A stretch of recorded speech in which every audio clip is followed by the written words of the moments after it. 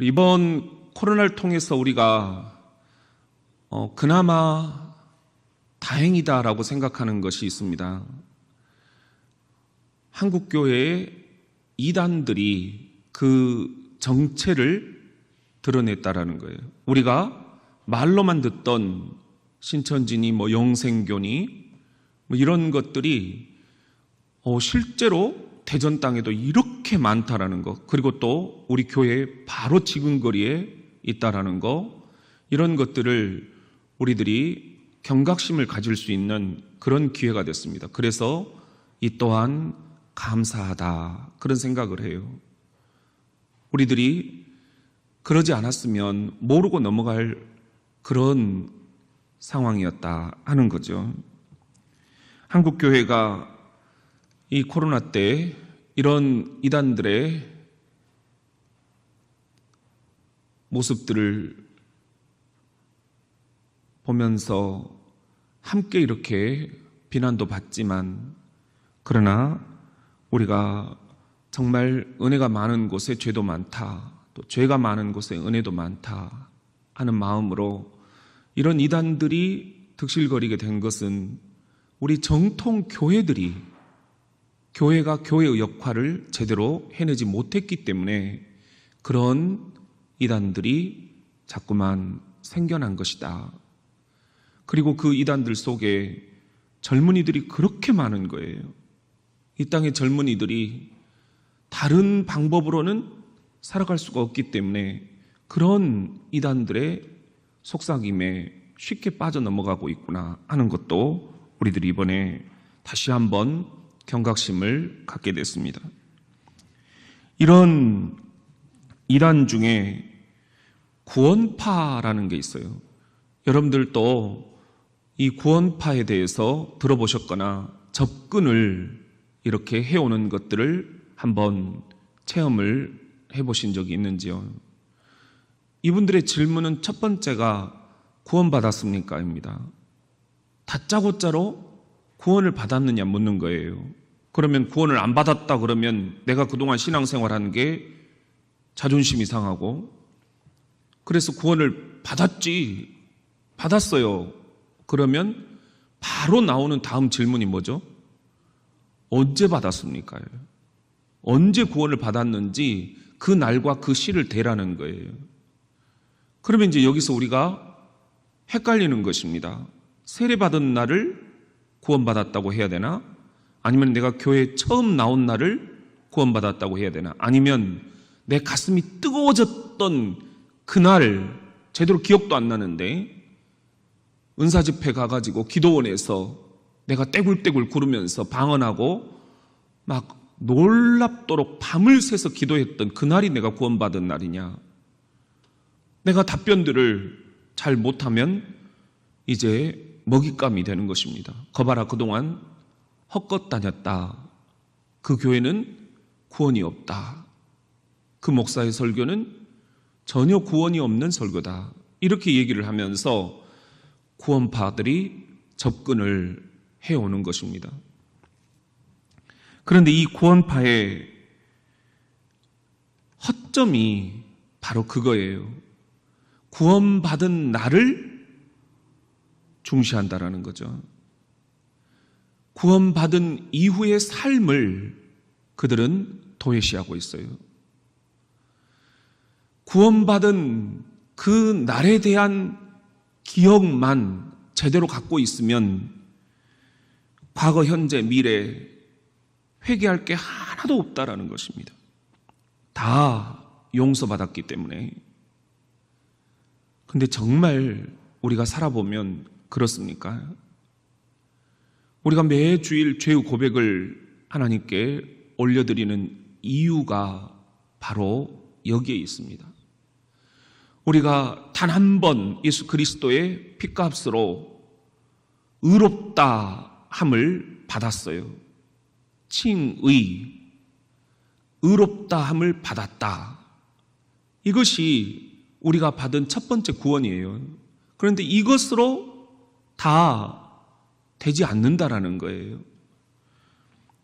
우리가 매일매일 이 구원받은 사람으로서 어떻게 이 구원을 잘 유지해 갈 것인가? 거기에는 거룩을 추구하는 삶이 필요합니다. 이것이 구원파가 놓치고 있는 맹점입니다. 여기에 사람들이 이제 이단으로 다 빠지는 거예요. 그래서 우리가 구원파는 옛날 초대교회 때 영지주의라는 것이 있었는데 아주 이분법적으로 나누는 거예요. 영은 거룩하고 육은 속되다, 악하다, 이렇게 보는 것입니다. 이것이 우리 현대판 이 구원파 속에 깃들어 있는 그런 영지주의예요. 구원받은 그 날에 대한 기억으로만 사는 것, 그리고 지금 현재의 삶은 전혀 중시하지 않는 것, 이것이 이분법적으로 쫙 나눠져 있는 거예요. 이게 이단이다 하는 것입니다. 우리도 자칫 잘못하면 구원파가 이야기하는 그런 논리를 가지고 살아가기가 참 쉬워요. 오직 믿음으로 이렇게 강조하는 그런 한국교회가 참 많잖아요. 맞아요. 오직 믿음으로 우리가 구원을 받았어요. 그런데 거기서 끝나버리고 그 다음을 말하지 않는 것은 이단이 되기 쉽다라는 것입니다. 오늘 빌립보서 교회를 향해서 주님이 주시는 음성도 이와 맥락을 같이 합니다. 우리 같이 한번 따라합시다. 두렵고 떨림으로 너희 구원을 이루라.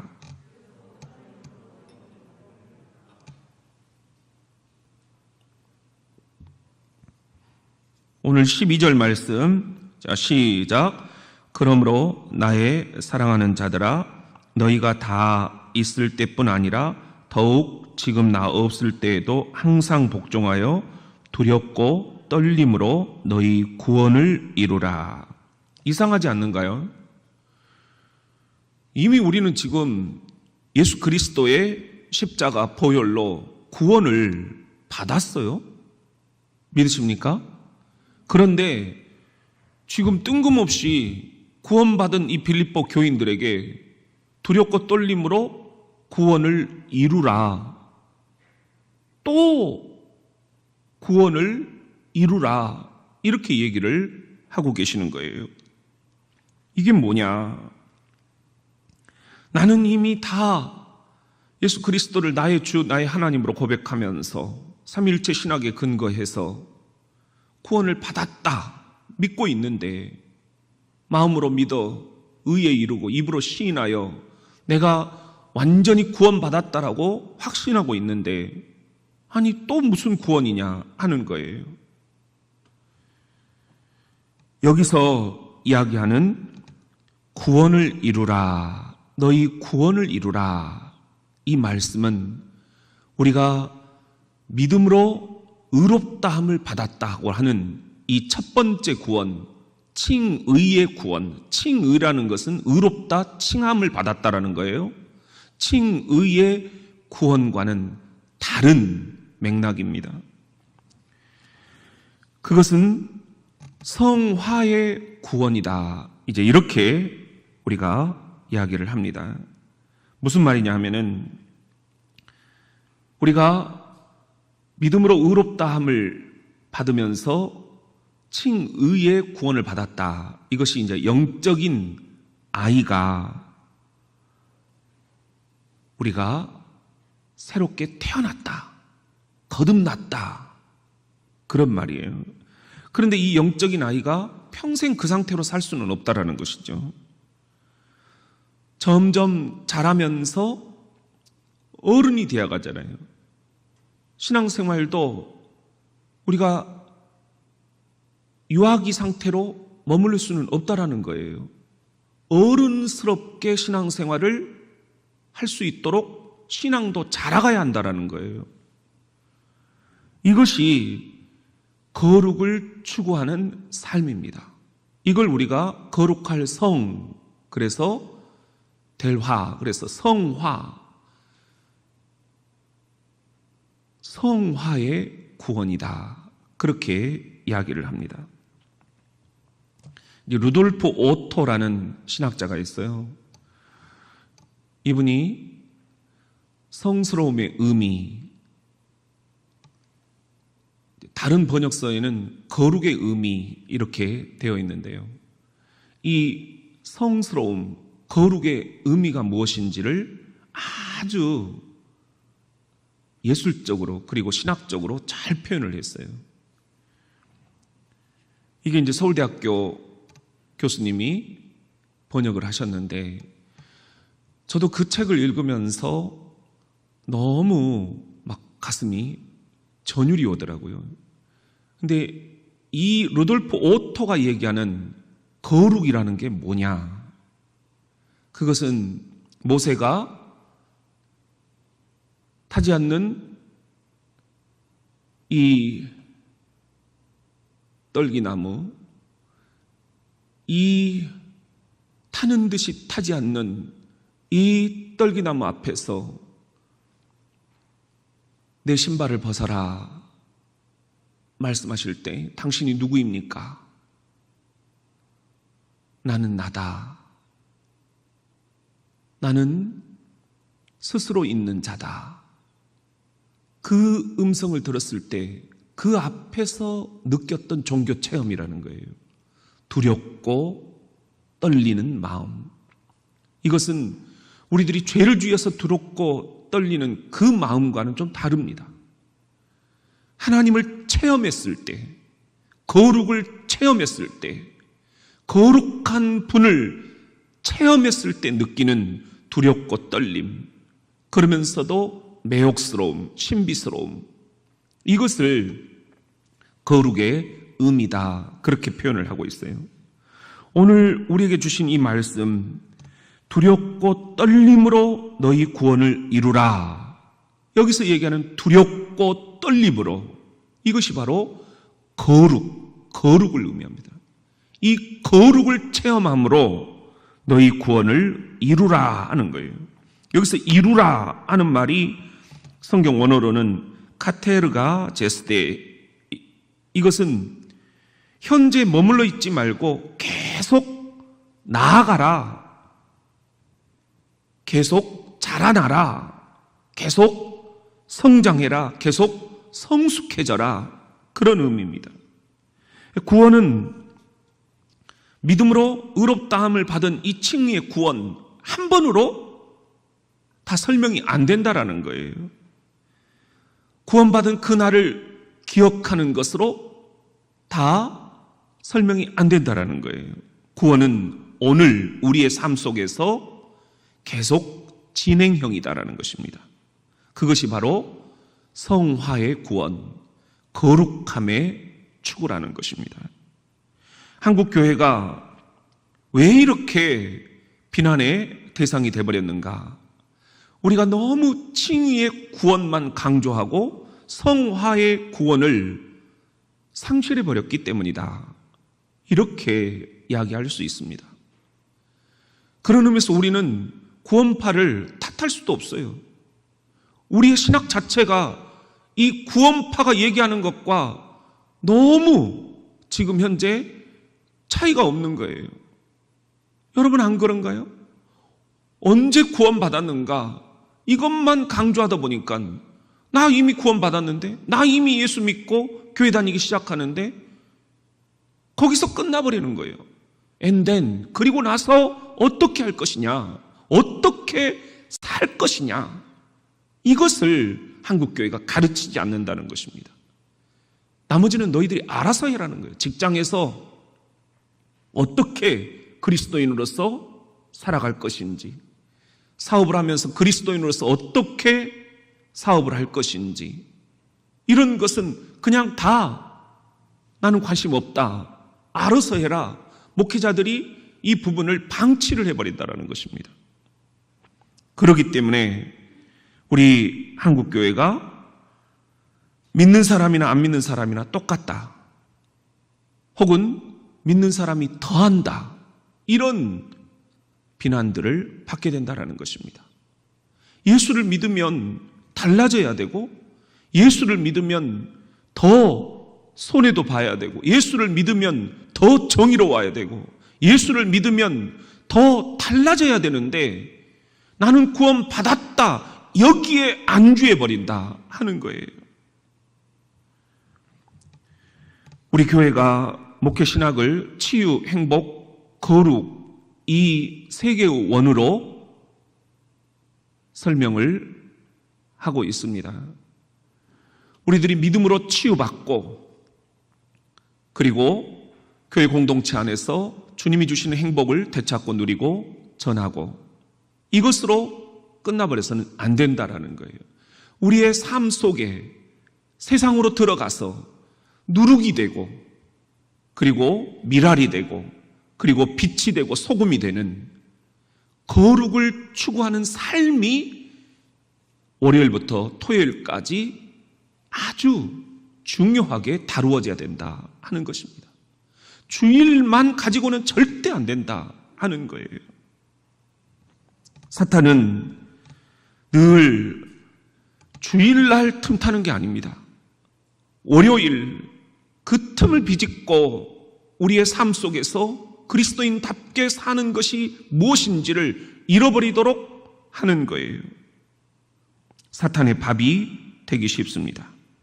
그런 의미에서 우리가 사탄에게 흔들리지 않으려면, 사탄의 밥이 되지 않으려면 매일매일 거룩을 추구하는 삶, 하나님을 추구하는 삶을 훈련을 받아야 된다. 이것이 이번 수련회를 하는 동기입니다. 주일 낮 설교만 가지고는 안 된다는 거예요. 나도 주일 낮 설교하고 나도 잊어버려요. 내가 오늘 뭔 설교했지? 저녁에 침실에서 천정을 보면 나도 오늘 설교한 것을 기억을 못 하겠는 거예요. 여러분은 오죽하겠습니까? 그렇기 때문에 주일 예배만 가지고는 훈련이 다 됐다라고 생각하시면 큰 오산이다. 새벽 예배가 필요하고, 수요 예배, 금요 예배가 필요하고, 주일도 주일 낮에, 주일 오후에 예배가 필요한 것은 우리가 그렇게 예배의 리듬을 계속 타지 않으면 사탄이 그 틈을 비집고 들어오기 때문이다.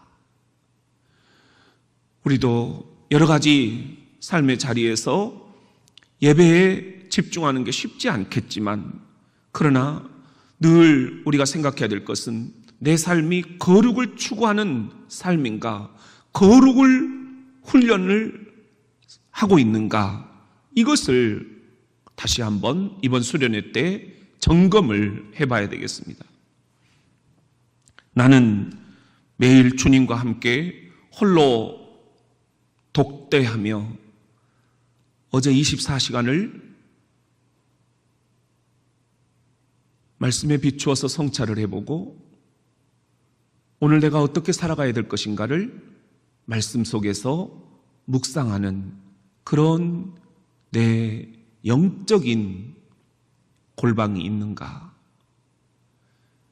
우리들이 이런 것들을 한번 점검해 볼 수 있는 그런 수련회가 됐으면 좋겠습니다. 이렇게 그리스도인으로서 매일 거룩을 추구하노라면 거룩의 능력이 나타나게 되어 있습니다. 하나님께서 우리에게 거룩의 놀라운 능력을 불어넣어 주시는데요. 우리 빌립보서 2장 13절 시작. 너희 안에서 행하시는 이는 하나님이시니 자기의 기쁘신 뜻을 위하여 너희에게 소원을 두고 행하게 하시나니 그랬어요. 너희 안에서 행하시는 이는 하나님이시다. 여기서 행하신다 하는 말이 에넬게오라는 성경 원어예요. 근데 이 헬라어 에넬게오, 이것은 에너지를 불어 넣는다, 이런 말입니다. 어떤 에너지를 불어 넣느냐?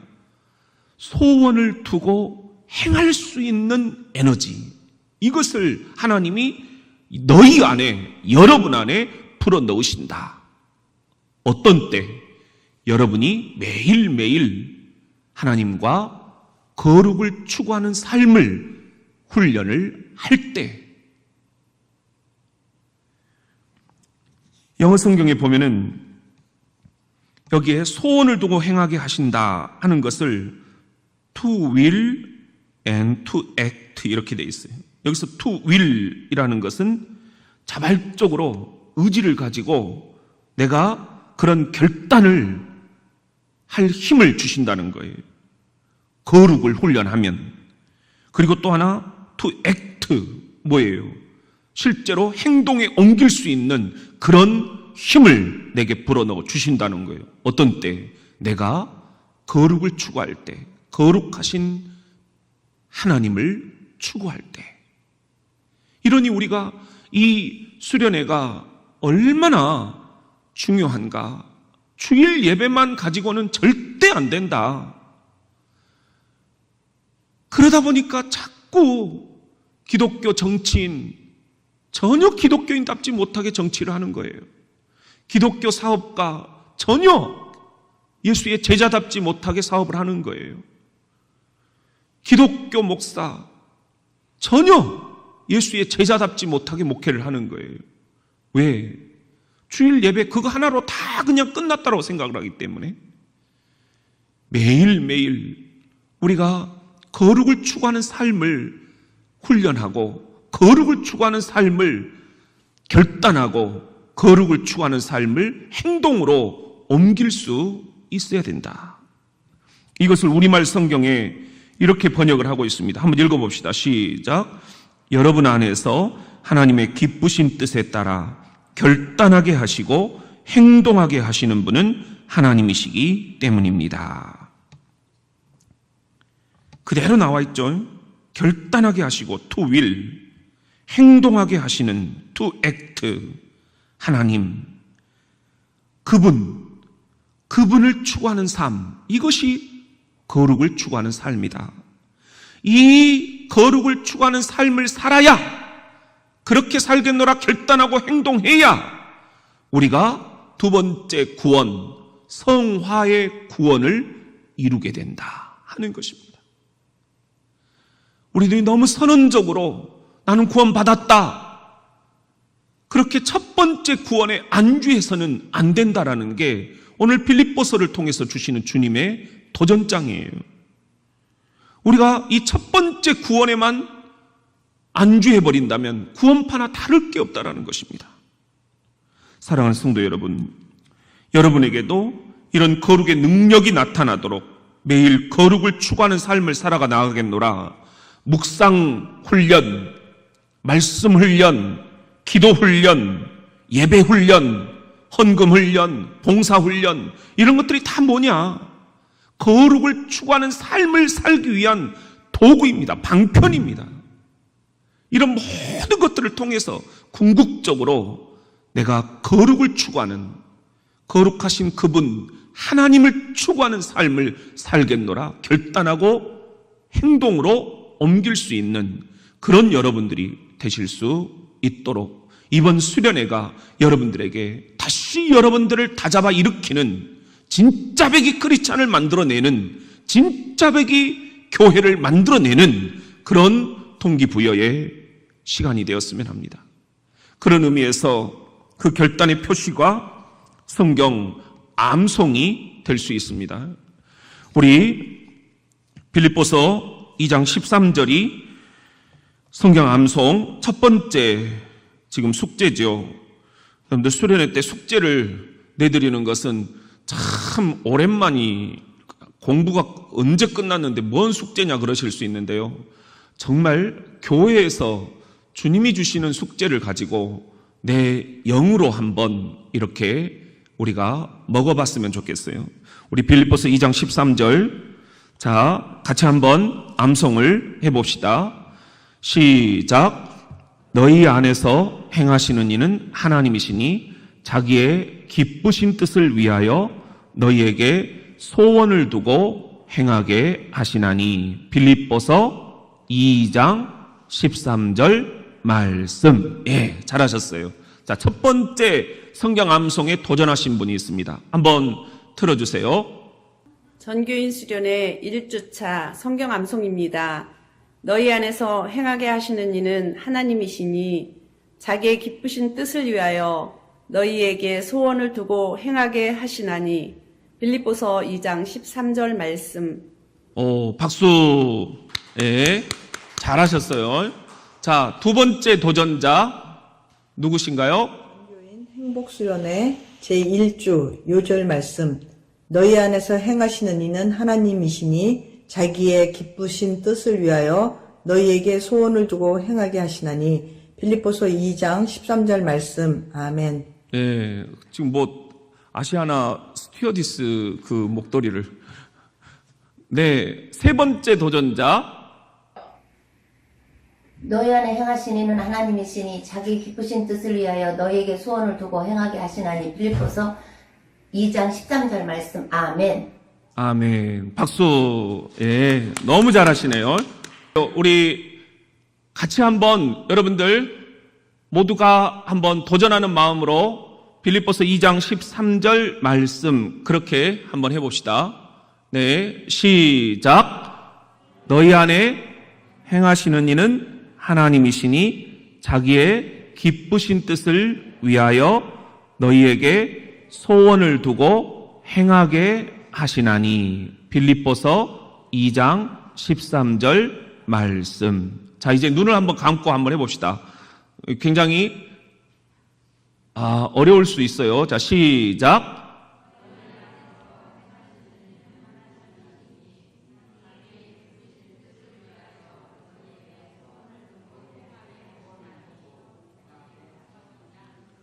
빌립보서 2장 13절 말씀. 너무 잘하셨어요.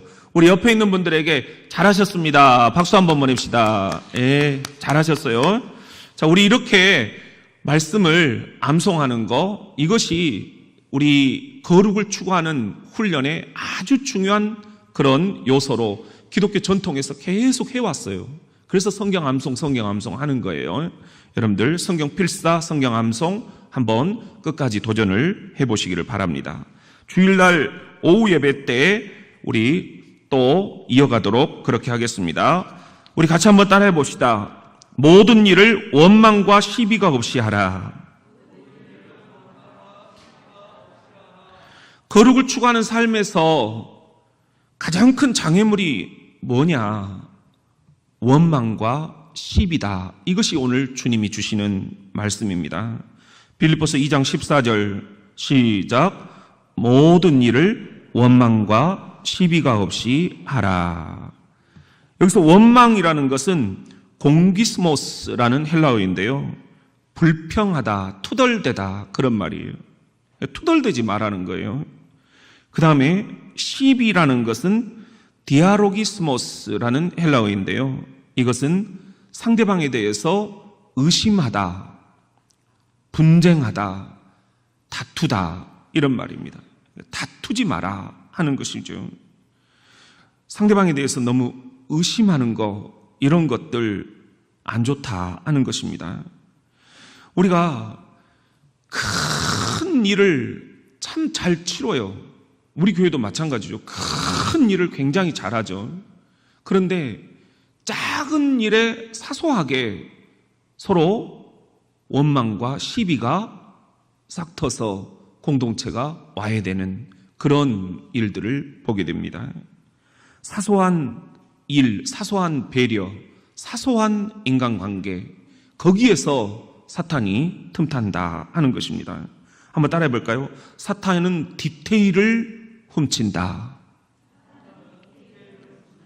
사탄은 큰 일을 하는 교회를 틈타는 게 아니에요. 아주 사소한 것, 디테일에서 지금 어디 틈탈 데가 없는가 호시탐탐 노린다라는 것이죠. 지난 10년간 기쁨으로 사역을 해온 빌립보 교회, 그런데 지금 약간의 내분이 일어나고 있다, 그런 전가를 받고 있습니다.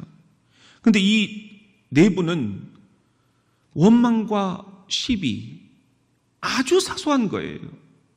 시시비비를 가리려고 하는 거예요. 누가 옳으냐 누가 그러냐. 근데 교회 일을 해보면요, 사실 이 말도 맞고 저 말도 맞아요. 이렇게 해도 되고 또 저렇게 해도 돼요. 정답이라는 게 딱히 없어요. 그런데 원망과 시비가 싹트면서 교회가 순간 무너지고 만다라는 것이죠. 이것을 사도 바울은 어그러지고 거스르는 세대, 이렇게 얘기를 합니다. 우리 15절 말씀 상반절 한번 읽어봅시다. 시작. 이는 너희가 흠이 없고 순전하여 어그러지고 거스르는 세대 가운데서, 그랬죠. 어그러지고 거스르는 세대. 현대어 성경에서는 마음이 삐뚤어지고 완고한 사람들, 이렇게 얘기를 하고 있어요. 그러니까 아무리 교회를 위해서 헌신하고 희생하고 큰 수고를 하고 위대한 사역을 했다고 할지라도 아주 사소한 것에서 원망과 시비가 싹트면 순간 사탄이 먹어버리는데, 왜냐? 우리는 인간이기 때문이다. 우리 인간이란 뭐냐? 거스르고 어그러지는 세대다. 마음이 조금만 뭐해도 삐뚤어지고, 또 우리는 정말 완고하다, 너무 고집이 세다 하는 거죠. 이것이 우리 인간이기 때문에 우리는 늘 흠없는 자녀로 서는 것이 중요하다라는 거예요. 이것이 오늘 15절 말씀입니다. 시작. 이는 너희가 흠이 없고 순전하여 어그러지고 거스르는 세대 가운데서 하나님의 흠없는 자녀로 세상에서 그들 가운데 빛들로 나타내며, 그랬습니다. 하나님의 흠없는 자녀가 되기 위해서 내가 오늘 거룩을 훈련해야 된다는 것입니다. 거룩한 언어 훈련, 거룩한 봉사 훈련, 거룩한 예배 훈련, 거룩한 기도 훈련, 거룩한 가정 훈련, 거룩한 사업 훈련, 거룩한 직장 생활을 훈련을 해야 된다는 거예요. 이렇게 거룩한 훈련들을 하는 것, 하나님의 흠없는 자녀로 사는 것, 그것은 어떤 것이냐? 16절 말씀 한번 읽어봅시다. 시작. 생명의 말씀을 밝혀 나의 다름질이 헛되지 아니하고 수고도 헛되지 아니하므로 그리스도의 날에 내가 자랑할 것이 있게 하려 함이라. 하나님의 흠없는 자녀로 사는 비결, 그건 다른 게 아니다. 생명의 말씀을 밝히는 것이다. 그래서 우리가 이런 수련을 통해서 말씀을 통째로 한번 먹고, 통째로 암송도 하고, 통째로 필사도 하고, 이런 훈련들이 필요하다는 거예요. 그냥 우리들이 너무 단편적으로 좋아하는 말씀, 주일날 새가족들한테 설교하는 거예요.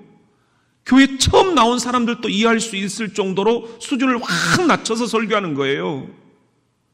여러분들을 위해서 하는 설교가 아니라고 생각을 해야 돼요.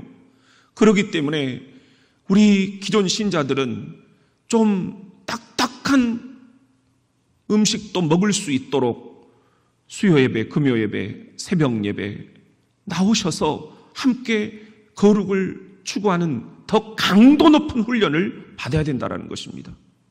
주일 낮에 초신자들이 먹어야 될 그런 음식을 먹고 내가 음식 다 먹었다, 이렇게 생각하면 큰 착각이라는 거예요. 신앙이 자라지가 않는다는 겁니다. 그러므로 여러분들, 이 거룩을 방해하는 두 가지 세력, 원망하는 세력, 시비를 거는 세력, 이것들을 우리가 없이 해라.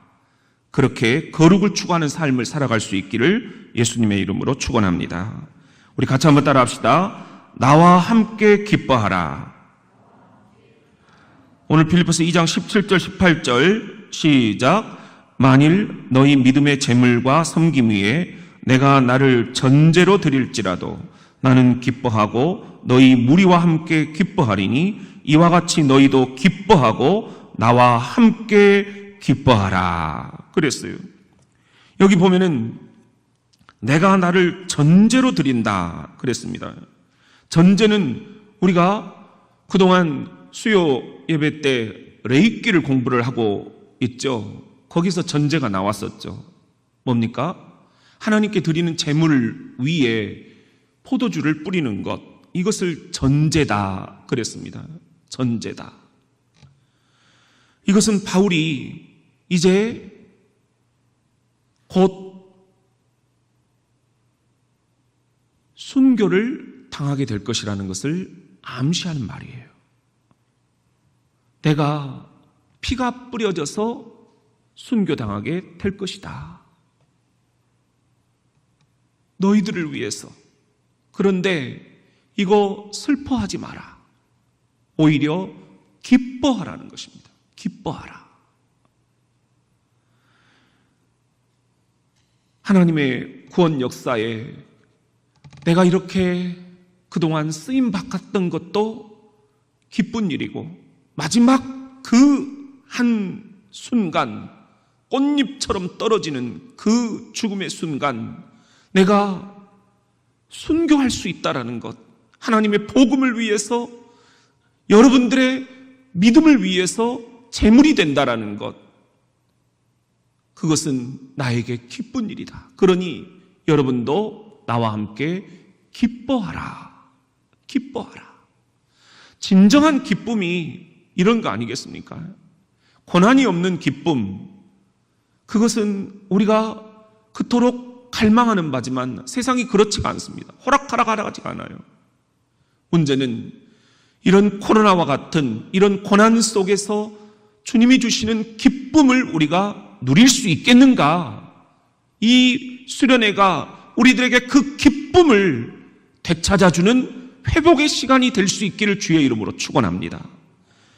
고난이 없는 기쁨, 십자가가 없는 기쁨, 골고다 언덕이 없는 기쁨, 그것은 값싼 기쁨이고 값싼 은혜고 값싼 신학이고 값싼 행복입니다.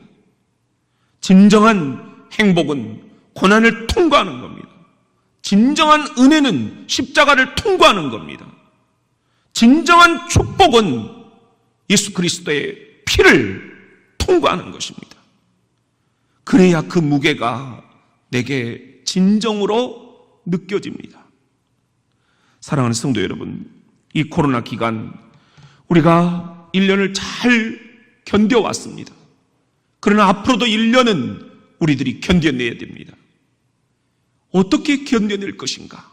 이 예수 그리스도의 십자가, 그분이 흘리신 이 핏값으로 주시는 기쁨, 이것을 우리들이 맛봐야만, 이 기쁨을 가지고 일어서야만 우리들이 향후 1년도 버틸 수가 있다. 버텨내는 힘, 그것은 고난이 없는 기쁨이 아니라 고난을 뚫고 지나가는 기쁨, 예수가 우리에게 주시는 기쁨, 십자가의 핏값으로 주시는 내밀한 기쁨, 이 기쁨을 저와 여러분이 회복하고 우리 모두가 다 이 기쁨을 통해서 일어서는 이 수련회가 될 수 있기를 예수님의 이름으로 축원합니다.